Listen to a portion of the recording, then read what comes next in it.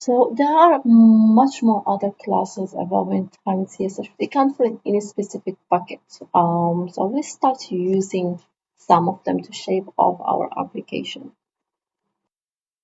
Like let's go back to our list of movies. So as you can see now, it's like very pale, doesn't look nice. So let's start work on our card and let's give them some rounded corners. So we go back to our code. So this is the li which hold those elements and try to give us something called rounded. And you can see rounded comes with fewer values rounded small, rounded, which will be standard for pixels on the corner, medium, large, and so on. Let's start with rounded large and see how that will look like. And you can see how much it is. It's like a little bit curved, which looks very nice.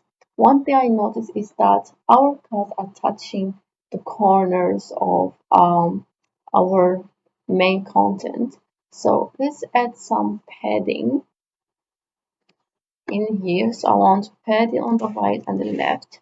So to be px and let's add 2 for example. Yeah, that's much better without taking a lot of space as well. So we can list our cards.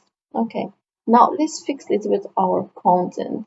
So we have the image which looks nice, but it's sticking to the top of the card. So let's add padding to the cards themselves. I'll just keep it um, small 4 pixels for now.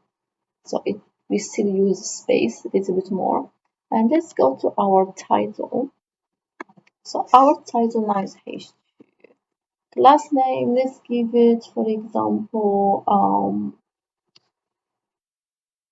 text, and let's give it small. Let's see how that will look like. No, that's too small. Okay, so we can do text uh, large. Okay, that's better. I want to be centered.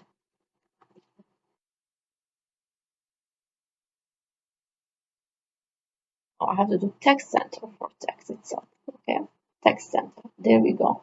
And you can see it's a little bit sticking to the images. So I'll just do margin top 1. I just want 4 pixels margin to the drop. So it looks now much better.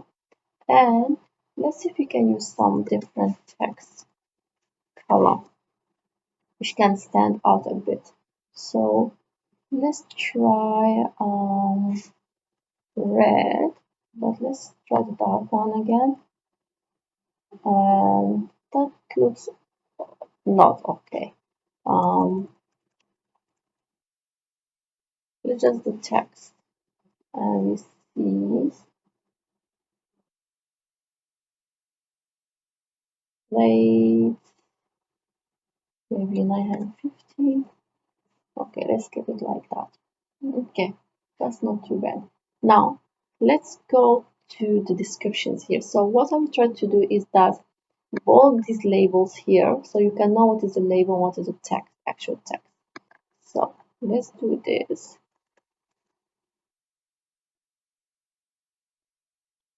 Say here, and I'll add some class name. And let's say bold. I have to do font bold.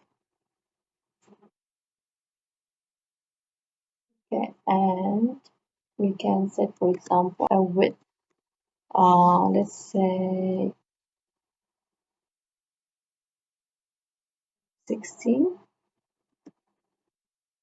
And that will not work because inline element, we need an inline block or block elements for it to work. And that's how it is. So let's keep it like that. We may have to reduce it depending on other ones, how they look like. Okay, so let's do that. Let's do the same thing for everything else.